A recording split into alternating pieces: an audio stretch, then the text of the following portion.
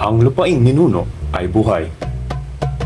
At kung nasaan ang buhay, naroon ang pakikibaka ng mga dumagat.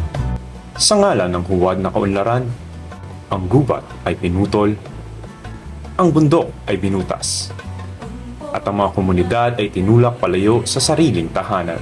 Dahil sa mga mata ng makapangyarihan, ang lupa ng mga dumagat ay isang yaman na maaari lamang ang kinin at pakinabangan. Dito sumibol si Marilyn Quieres, isang lider na pinanday ang sama-samang paglaban ng mga dumagat noong diktadura ni Marcos Sr. laban sa Laiban Dam, at naghubog nito mula sa kanyang tahanan hanggang sa buong komunidad. Pumanaw si Marilyn noong Nobyembre 13, 2008, ngunit ang kanyang binhing itinanim ay naipamana. Naipasa ito sa sumunod na henerasyon, kabilang ang anak niyang si Wilma Quieres at iba pang kababaihan sa komunidad na ngayon ay nagtatag ng Imaset, isang samahan ng mga kababaihang dumagat at remontado upang patuloy na tumindig laban sa mga isyong patuloy na kinahaharap ng komunidad. Hindi lamang ito kwento ng mga dumagat.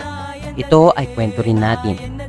Kaya sa ating mga sumusunod na henerasyon, ang tawag ay makiisa. Ang lupang ipinagtatanggol nila ay lupang bumubuhay sa ating ipagpatuloy ang tinig nila para sa kinabukasang tunay na malaya.